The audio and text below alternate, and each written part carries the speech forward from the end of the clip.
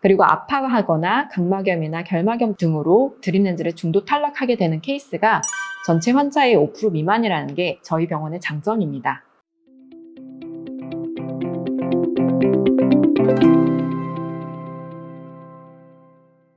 안녕하세요. 여러분의 안과주치 이선생 이영지 원장입니다. 지난번에 이어서 드립렌즈에 대한 세부적인 사항에 대해서 좀 더 말씀드리려고 오늘 자리를 마련했는데요. 근시가 -3디옵터 미만의 경도 근시인 경우에는 대부분 착용한 지 3일에서 일주일 사이에 0.9에서 1.0의 시력이 나오게 됩니다.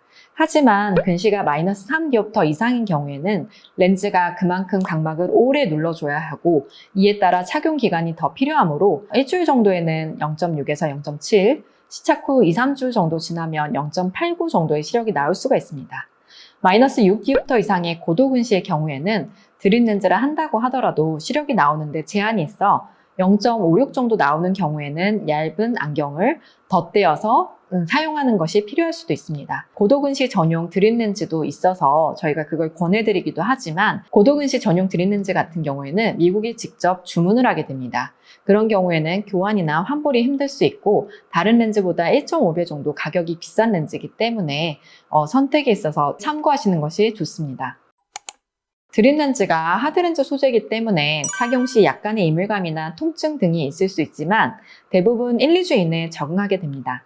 한두 달간의 시범 착용 기간 동안 렌즈가 가운데를 잘 눌러주는지, 그리고 결막염이 발생하거나 각막 상처가 나는지 등을 잘 평가하게 되는데 보통 10명 중에 8명의 경우에는 한 달 이내 두세 번의 경과관찰로 끝내게 되는 경우가 많지만 10명 중 한두 명 정도의 아이들은 시력 교정이 잘 안 되거나 각막 상처가 나는 등 여러 가지 이유로 렌즈를 교체하는 작업이 필요할 수가 있고 두세 달 정도는 1, 2주마다 자주 안과 검진을 와야 하는 경우도 있을 수가 있으므로 참고하시고요.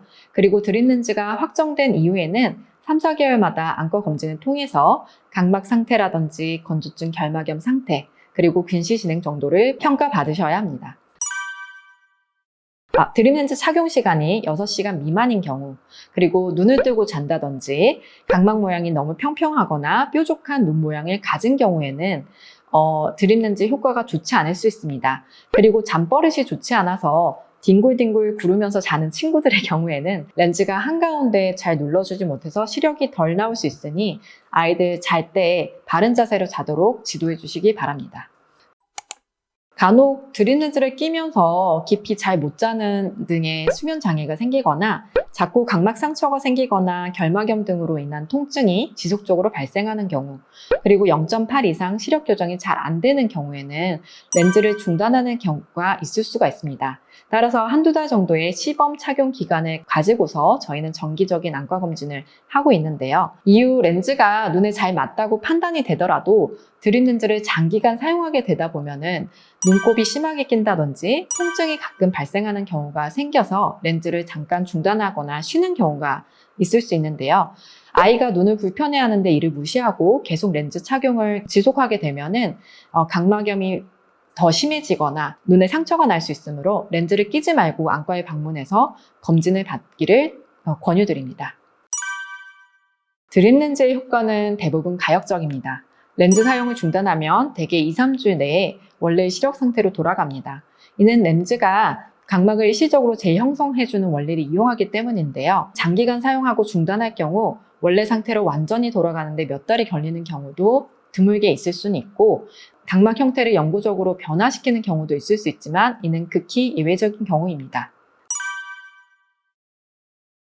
저는 이제 환자분들이 드립렌즈를 맞추러 오셨을 때 가장 먼저 설명을 드리는 게 드립렌즈는 일종의 수제 정장을 맞추는 과정과도 같다고 말씀을 드려요. 기존에 여러 가지 드립렌즈 회사들이 있고 각각의 드립렌즈마다 소재, 그리고 고유의 디자인, 맞추는 방식, 관리 방법 등 장단점이 서로 다릅니다. 그래서 어느 제품의 렌즈가 제일 좋다라고 말하기보다는 우리 아이들마다 좀 더 잘 맞는 렌즈가 다를 수가 있기 때문에 아이들의 눈 상태를 정밀하게 검사한 후에 검사 결과에 따라 아이들의 눈에 보다 적합할 것 같은 렌즈 회사를 제가 2가지 선택해서요.